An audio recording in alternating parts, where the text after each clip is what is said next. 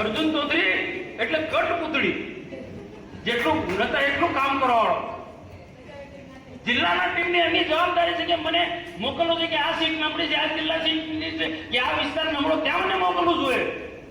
આ બધા ઘણા બધા અને ઉમેદવારો આપી દે તો વાંધો ને ભાજપ અને જીતાડવા માટે કોઈ નીકળ્યો છે, જિલ્લા પ્રમુખ નીકળે છે કોઈ દિવસ કે જિલ્લા પ્રમુખ નીલભાઈ રાવ કોઈ જગ્યાએ જિલ્લા પંચાયતના ઉમેદવારને જીતાડવા માટે કોઈ સભા કરી છે?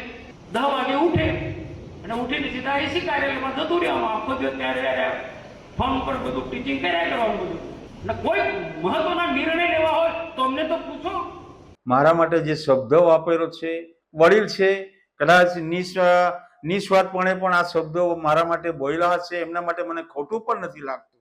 એના માટે મને સુધારવાની તક બી આપી હશે. પણ મારો સ્વભાવ છે, હું 35 વર્ષથી ભારતીય જનતા પાર્ટીની અંદર કામ કરું છું અને માત્ર સંગઠનમાં કામ કર્યું છે.